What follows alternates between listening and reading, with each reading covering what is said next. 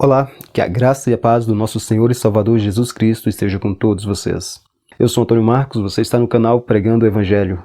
E a mensagem de Deus para você tem como título Como não ser pego de surpresa na volta de Jesus. Muitas vezes nós ouvimos falar sobre a volta de Cristo, sobre o dia do retorno glorioso. Nós, os cristãos, temos firme essa promessa e essa esperança em nosso coração do retorno e da vinda de Cristo. E o tema para a nossa meditação está em Lucas, o Evangelho de Lucas, capítulo 21, versículos 34 a 36. O texto foi retirado da versão bíblica King James. O texto diz assim: Tende cuidado de vós mesmos, para que jamais vos suceda que o vosso coração fique sobrecarregado com as consequências da libertinagem, da embriaguez e das ansiedades desta vida terrena. E para que aquele dia não se precipite sobre vós de surpresa, como uma armadilha, pois ele certamente virá sobre todos os que vivem na face de toda a terra. Vigiai, portanto, em todo o tempo, orando para que possais escapar de todos esses eventos que estão para acontecer e apresentar-vos em pé diante do Filho do Homem. Eu oro neste momento para que essa mensagem alcance o seu coração, para que Deus, por meio dessa palavra, venha despertar você que porventura esteja tão disperso, não tem se preocupado, não tem dado a devida atenção com relação ao retorno de Cristo. Nós, como igreja, nós, como cristãos, devemos estar atentos quanto a isso, porque essa é a esperança de todo cristão, essa é a esperança de todo aquele que crê no Evangelho, é o retorno de Cristo para buscar um povo que foi remido, que foi comprado, que foi resgatado pelo poder do precioso sangue de Cristo. Então eu oro para que o Espírito Santo ministre essa palavra ao seu coração neste momento. E, queridos, podemos aqui dizer que as consequências da libertinagem, da embriaguez e ansiedades são cristãos mornos, cristãos dispersos, sem perspectiva do céu, do retorno de Cristo e do seu iminente juízo. Um coração dominado pela libertinagem tem mais prazer nas festas carnais, na imoralidade sexual, em viver ocioso e sem propósito, do que em buscar ter uma vida de comunhão com Deus, de ter uma vida de santidade, uma vida que medita na palavra de Deus para poder viver de forma digna, de acordo com aquilo que Cristo ensina e nos orienta. Uma pessoa que está com o seu coração tomado pela libertinagem não se preocupa em ter um bom testemunho dentro da sua casa, na sua igreja, no seu trabalho. O nosso coração pode ser sobrecarregado por essas coisas e nós devemos tomar cuidado. Cristo está alertando os cristãos, Cristo está alertando aquelas pessoas que estão na igreja, Cristo está alertando aquelas pessoas que creem nele como Salvador, que creem no Evangelho. E ele está falando que o nosso coração pode ficar sobrecarregado com a embriaguez. A embriaguez pode vir por bebidas de teor alcoólico, mas também pode vir outro tipo de embriaguez. Por exemplo, nós podemos ficar tão entretido com as atrações e diversões deste mundo que, de certa forma, teremos nossa mente entorpecida e vamos sair do nosso estado de vigilância, que nos tiram desse estado de alerta com relação à vinda de Cristo.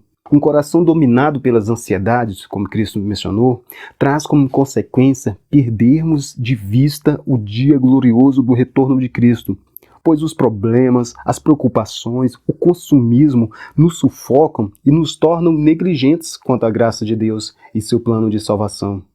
E há um paralelo com relação a essas coisas que Cristo nos alerta aqui. Há um paralelo em Lucas 8, capítulo 8, versículos 14 e 18, quando ele contou a parábola do semeador. E está escrito assim: As sementes que caíram entre os espinhos significam os que ouvem a palavra. Todavia, ao seguirem seu caminho, são sufocados pelas muitas ansiedades, pelas riquezas e pelos prazeres desta vida, e não conseguem amadurecer. No entanto, as que caíram em boa terra são os que de bom coração e com sinceridade ouvem a palavra, a entesouram, aguardam no coração, e com perseverança frutificam. Jesus, noutra passagem, também diz assim, que como que é felizes aqueles servos que aguardam vigilantes, aqueles servos que aguardam em prontidão à espera de Cristo. E ele diz assim: felizes aqueles servos a quem o Senhor, quando vier, os encontre vigilantes. Com toda certeza vos asseguro que ele se vestirá para os servir, fará que se reclinem ao redor da mesa e pessoalmente irá ao encontro deles para servi-los. Então Cristo também fala de como que é bem-aventurado aquele servo que está aguardando o retorno dele. E ele mesmo se oferecerá para servir naquele banquete, naquelas núpcias que nós, com o coração cheio de alegria e de graça, aguardamos essa bem-aventurada promessa. O escritor do livro O Peregrino, John Bunyan, ele fala no seu livro de um vale, de um país em que o ar daquele lugar deixava as pessoas com sono, mexia com a mente, e as pessoas que passavam por aquela região tinham vontade apenas de dormir. E é interessante que nós, em nossa caminhada como cristão, a Bíblia diz que nós aqui também somos peregrinos e estamos a caminho da cidade celestial, tal como é contado nesse livro, né? Nós também aqui, neste mundo, também tendemos a sermos neutralizados, sermos atraídos de tal forma pelas coisas deste mundo e perdermos o foco do céu, perdermos o nosso alvo, que é cada vez mais imitarmos a Cristo, sermos parecidos com Cristo. Então, quanto mais nós ficarmos aqui, irmos amoldando essa cultura e tendo essa visão terrena, nós vamos perdendo a visão do céu e vamos ficando aqui como se estivéssemos entorpecidos, né, ou embriagados pela bebida que o mundo oferece, por aquilo que o mundo nos oferece, e ficamos como se nossa vida se limitasse aqui e agora, e deixamos de viver em função de uma eternidade que nos é proposta, e saímos do nosso estado de vigilância, estado de alerta com relação à vinda de Cristo. E isso é muito perigoso, nós devemos tomar muito cuidado.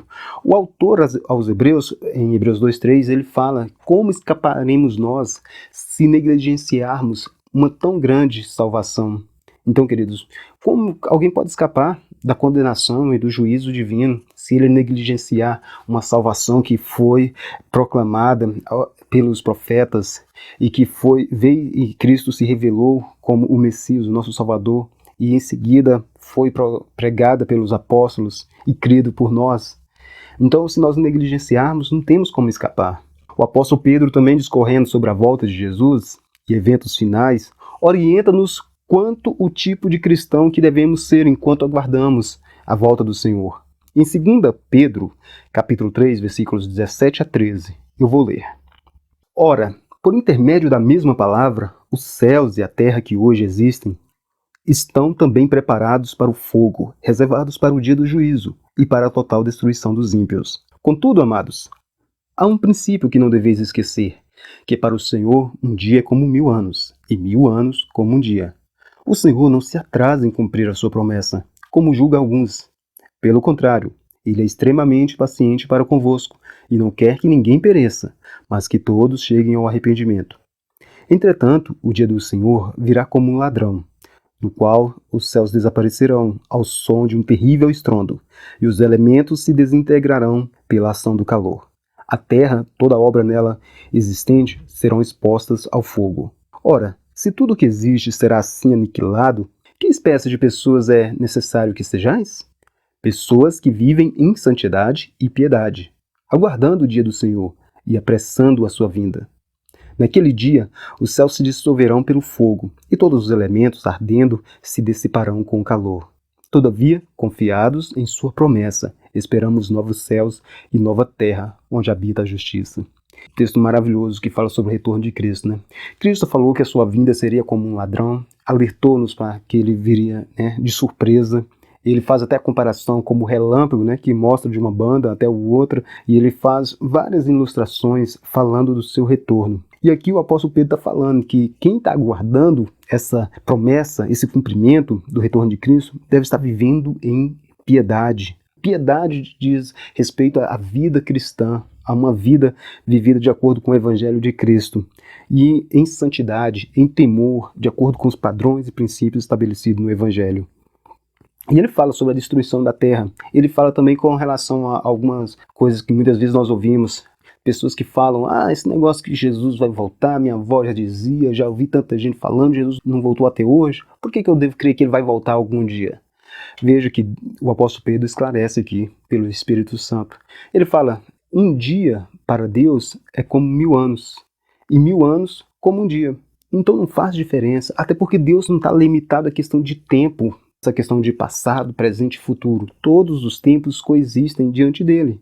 tudo. Nós, seres humanos, estamos limitados ao espaço e ao tempo. Deus não. Então, queridos, para Deus, passou 2000 anos desde a vinda de Jesus. Para Deus é como se tivesse passado 2 minutos, ou 2 anos, ou 2 dias. Não faz a diferença. Ou como se fosse 2 segundos. Não faz a diferença. Deus não está limitado ao tempo como nós estamos. O apóstolo Pedro falou que seria um dia como se fosse 1000 anos, e vice-versa. Mas para nós não faz nenhuma diferença. O que importa mesmo é nós estarmos vivendo de acordo com o Evangelho de Cristo Jesus, aguardando a vinda dele. O apóstolo Paulo também fala sobre a vinda de Cristo. Ele, escrevendo aos cristãos de Tessalônica, 1 Tessalonicenses 5, capítulo 5, versículo 4 a 11, está escrito assim: Entretanto, vós, irmãos, não estáis vivendo nas trevas, para que esse dia, como se fosse um ladrão, vos ataque de surpresa. Porquanto, vós todos sois filhos da luz e filhos do dia. E nós não somos da noite, muito menos das trevas. Assim, pois, não durmamos como os demais, mas estejamos alertas e sejamos sóbrios. Pois os que dormem, adormecem de noite. E os que se embriagam, é de noite que se embebedam. Nós, no entanto, que somos do dia, sejamos sóbrios, revestindo-nos da armadura da fé e do amor, tendo por capacete a esperança da salvação. Porque Deus não nos designou para a ira, mas para sermos contemplados pela salvação por intermédio de nosso Senhor Jesus Cristo. Ele morreu por nós, para que quer estejamos acordados, quer dormindo, vivamos unidos a Ele. Por isso, aconselhai-vos e encorajai-vos mutuamente, como de fato já estáis fazendo. Então, por isso que nós devemos exortar com relação ao retorno de Cristo. E outra coisa, quando você crê em Jesus, se sua vida for entregue a Ele, você não tem que ter medo. Pelo contrário, deve ser a nossa expectativa de alegria, de regozijo, de júbilo em nossa alma, em nosso coração, com relação ao retorno de Cristo. Não precisamos ter medo. Ele vem, se é que nós cremos no Evangelho, e temos Ele no nosso coração, temos essa certeza da salvação, o Espírito Santo já colocou essa certeza em nós, pela fé em Cristo, confiado na graça dEle, nós podemos esperar Cristo para nos buscar, para nos levar para um novo céu, para uma nova terra, para vivermos diante dEle, para sermos remidos dessa nossa corrupção, dessa nossa natureza carnal, que foi afetada pelo pecado. Então nós devemos esperar com alegria, não com medo, não com temor. Muitos na igreja às vezes ficavam com medo de Jesus voltar. Você não tem que ter medo, se você está vivendo de acordo com Ele, Ele vem a ti como amigo, não como inimigo ou como juiz. Ele não vem para os seus, para revelar a ira. É lógico, para aqueles que não creem, para aqueles que permanecem impenitentes, para aqueles que se recusam a dar ouvidos ao Evangelho, ele vem como justo juiz, vem para executar a justa ira de Deus.